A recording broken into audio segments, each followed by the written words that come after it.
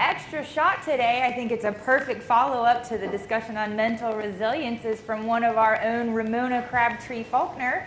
She's going to give us a practical look at how we can deal with those tough moments, right? Yeah. Hi. Ramona Crabtree Falkner, everyone. Hi, everyone. How are you today? Are we having a good Wednesday morning? Yes. So I'm Ramona Crabtree Falkner. I'm the owner of Authentic Life Journey, and today I'm going to share a little bit about workplace mindfulness and why it's important to bring that into your life so that it can help you have resiliency. So a little bit about me. I am a 25-year holistic wellness professional, and my background was in massage, yoga, meditation, energy work. And I realized as I was coming in today that I didn't put this into the slide, but this year, or this month, represents 10 years since Authentic Life Journey has been in existence. So to see where the brand is today compared to where I was dreaming 10 years ago is like mind-blowing. So grateful to be here and share a little bit of what I do with you all today.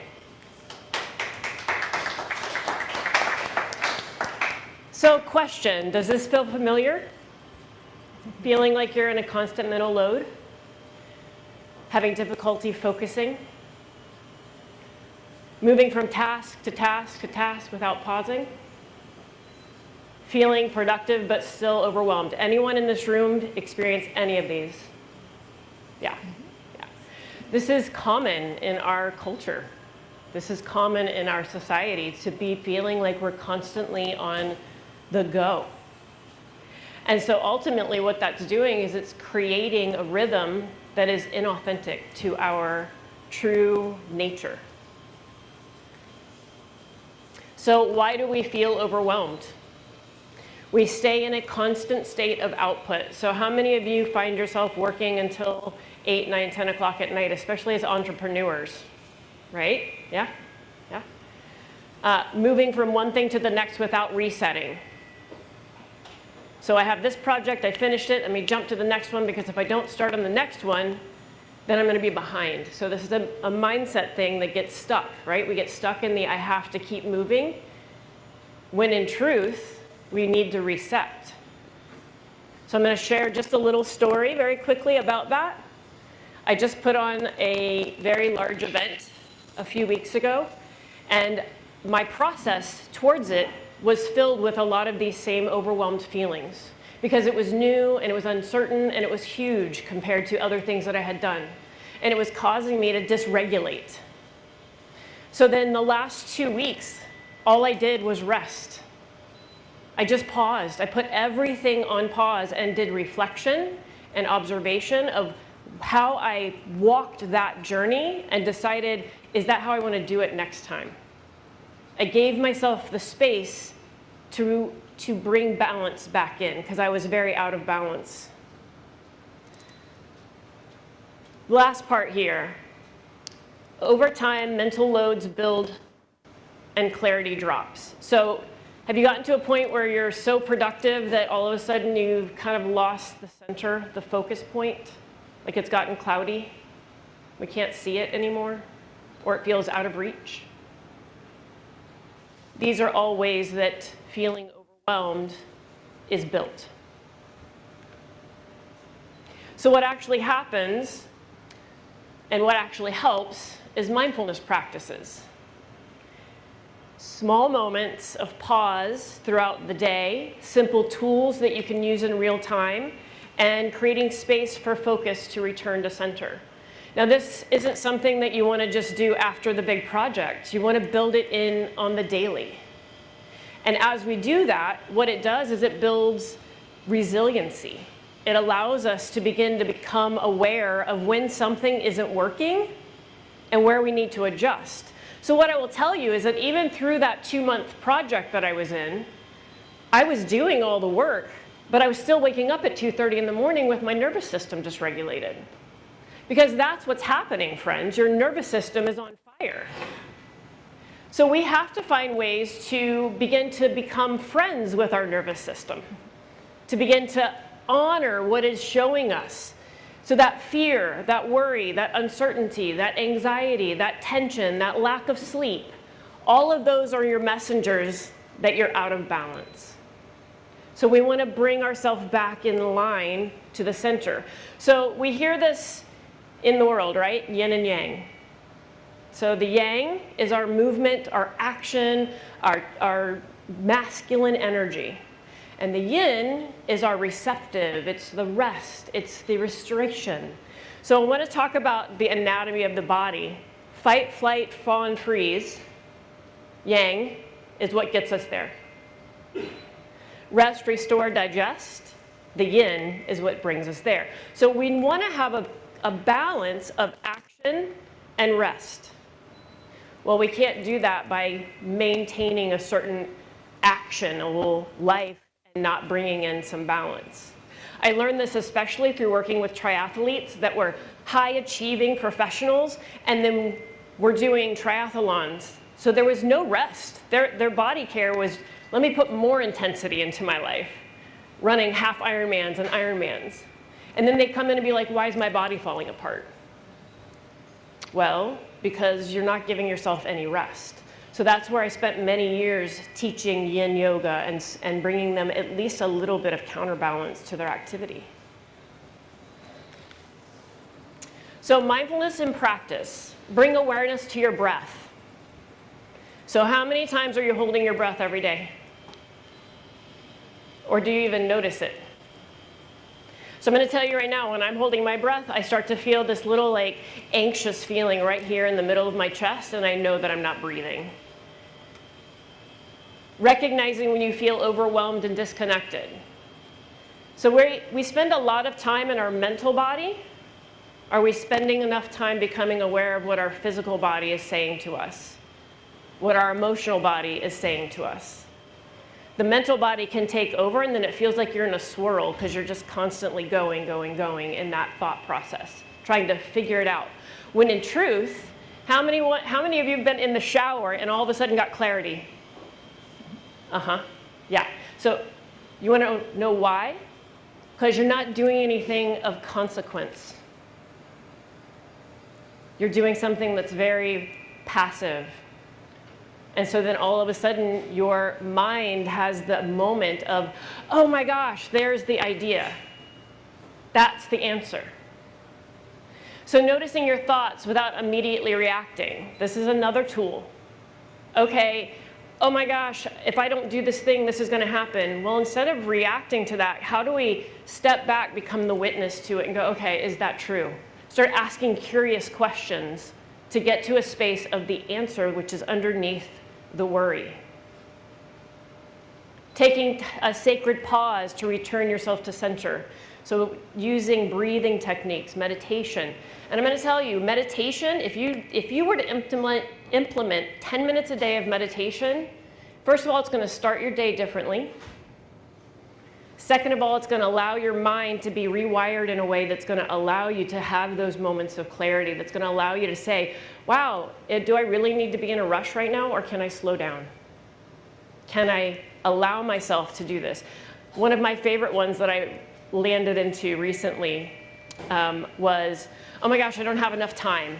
And so my flip was, I have time for everything. Everything's done in order. And that doesn't necessarily mean it's on my time.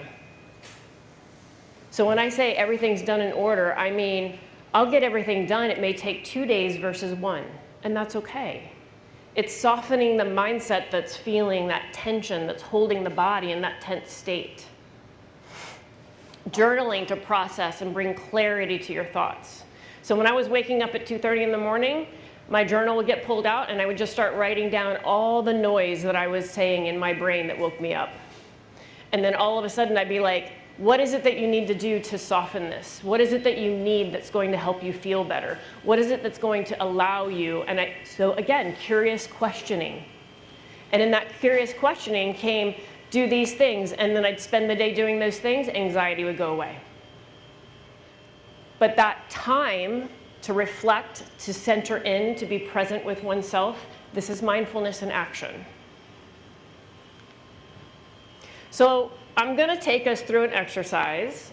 So even if you don't believe in what I'm saying, I'm going to ask you to just try it on, like put on the jacket, see if it fits, and let's see how you feel at the end, okay? So if everyone can just place their feet on the ground and sit back against your seat. If closing your eyes does not feel intuitive, your option is to find a point very close in front of you to gaze at and have your eyelids just slightly closed and keep your eyes focused. This way, your anxiety isn't taking over. So the first thing I'm going to ask you to do is to scan your body. So just take a moment and scan from the crown of your head, traveling down into your face. Observe any space in the face. Are you holding tension at your brow, at your jaw? Is your tongue pressing against your teeth? Could you soften that a little bit? And if so, take a breath into your nose, and as you exhale, soften that space in the face, in the jaw, in the throat. Continue traveling through the body, coming down to the shoulders. Where are your shoulders? Do they feel like they're up near your ears? Adjust the shoulders, relax them down, broaden your chest. Create more space in your torso. Moving on down into your arms, into your chest. Observe, are you breathing deeply or are you holding your breath in the upper part of your chest? Can you bring it deeper down into your belly? Let your diaphragm drop. Let your abdomen expand. Let your body become a little more open. Take a deeper, longer breath. Moving down into your hips. Do you feel tension in the hips and the low back? Can you adjust and relax the hips? Can you become a little heavier in the seat that you are in? Allow gravity to sink you down into the space that you are presently in. Feel yourself drop down a little more. Now moving into your legs, all the way down to your feet. Can you feel yourself become a little heavier, a little more connected to the earth beneath your feet? Feel yourself grounded into this moment. There's no before, there's no after, there's now. You are here in the present moment. Now, we're going to begin to take a longer breath. So you're going to follow my count. And the first thing I'm going to do is ask you to place your awareness at your abdomen, at your belly, where your navel is. You can even bring your hand there if you need that physical sensation of awareness. And you're going to inhale to a count of 4, 2, 3, 4. Exhaling 6, 5, 4, 3, 2, 1. Inhaling 1, 2, 3, 4. Exhaling 6, 5, 4, 3, 2, 1. Inhaling 1, 2, 3, 4. Exhaling 6, 5, 4, 3, 2, 1. Now stay right where you are. Let your breath continue to move in and out of the body at a very slow and natural pace. Step into the eye of the witness. Observe. How are you feeling in your body right this moment?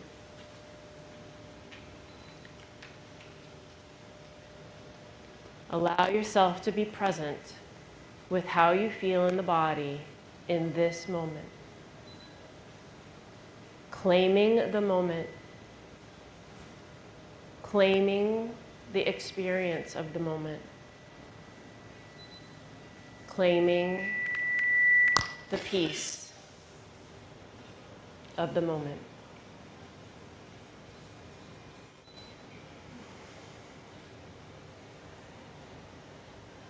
Now we're going to take a deep breath in. Audibly sigh it out of the mouth. Inhale. Sigh it out. One more time. Inhale. Sigh it out. Gently move fingers and toes. Stretch arms and legs. Move the head, blink the eyes open, come back to the outside. I'm seeing some yawning. That's totally normal because we're getting oxygen to the brain. Okay, if we started at the beginning of this breath work at a 10 or somewhere between 5 and 10, raise your hand. Meaning you're a little stressed or you're a little tense or you're a little uncertain. Okay? Where are we now? Are we still at that 5 to 10 or did we maybe drop? Yeah, we dropped. So this was taking a moment. This was less than 5 minutes. So even a moment makes a difference. Even a brief pause can shift how you feel.